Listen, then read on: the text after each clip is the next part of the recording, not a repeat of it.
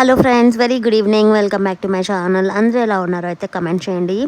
ఈరోజు మీ అందరికీ మాత్రం బీరకాయ కూర చూపించబోతున్నాను. సో అదొక్క ఇంగ్రీడియంట్ మీరు యూస్ చేస్తే బాగుంటుందని నేనైతే థంబ్నెయిల్లో పెట్టాను కదండి. సో అదొక్క ఇంగ్రీడియంట్ మీకు కావాలంటే కంపల్సరీగా వీడియో మాత్రం లాస్ట్ వరకు చూడండి.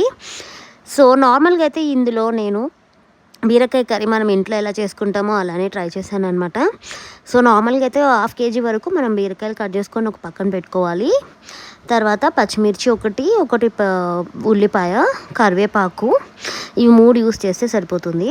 సో ఒక బాండీలో ఆయిల్ పెట్టి ఇవి పచ్చిమిర్చి మరియు ఆనియన్ వేపుకోవాలన్నమాట ఒక 5 మినిట్స్. తర్వాత ఒక 10 మినిట్స్ అయ్యాక కొంచెం వేగాక మనము ఈ బీరకాయ ముక్కలు అనేది అందులో వేసుకోవాలి.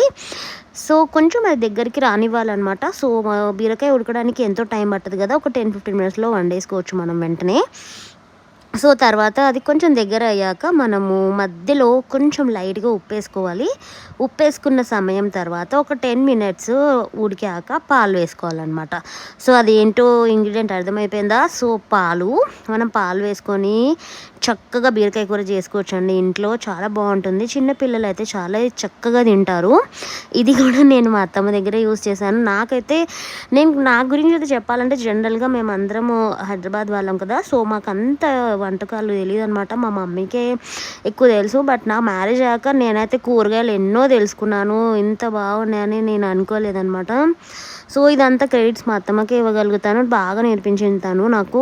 ఇవి ఇంత వెరైటీ వంటలు అయితే చాలా బాగా చేస్తుంది. సో ఆ పాలు యూస్ చేయడం కూడా మా అత్తమ్మే నాకు నేర్పించింది అనమాట. అసలు చేసి చూసాక చాలా బాగుంది, తినేటప్పుడు చాలా బాగుందనమాట. సో మీరు కూడా ఇంట్లో ఇట్లానే ట్రై చేయండి. పాలు ఏంట్రా బాబు అని అనుకోకండి, బట్ పాలు వేసుకొని తింటే సూపర్ ఉంటుందండి.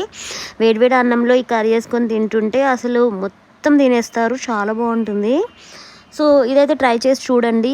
నేనైతే టమాటాలు ఏం వేయలేదు, సింపుల్గా ఇంట్లో ఉన్న ఇంగ్రీడియంట్స్ తోటి ట్రై చేసి మీకు చూపించబోతున్నాను. ఇంత సింపుల్ ప్రాసెస్ అయితే చాలా ఈజీ ప్రాసెస్. మీరు ట్రై చేసి వండండి. సో ఒకవేళ తినుంటే టేస్ట్ ఉంటే కంపల్సరీగా కమెంట్ చేయండి. సో లాస్ట్ వరకు చూడండి అని చెప్పాను కదా. సో ఆ ఇంగ్రీడియంట్ వచ్చేసి మిల్క్ అనమాట. సో కొంచెం తగినంత మిల్క్ వేసుకొని వండుకోవడమే. సో అది సర్ప్రైజ్ అనమాట. సో మీరు మెల్లగా ఒక సాంగ్ పాడుకోండి మైండ్లో.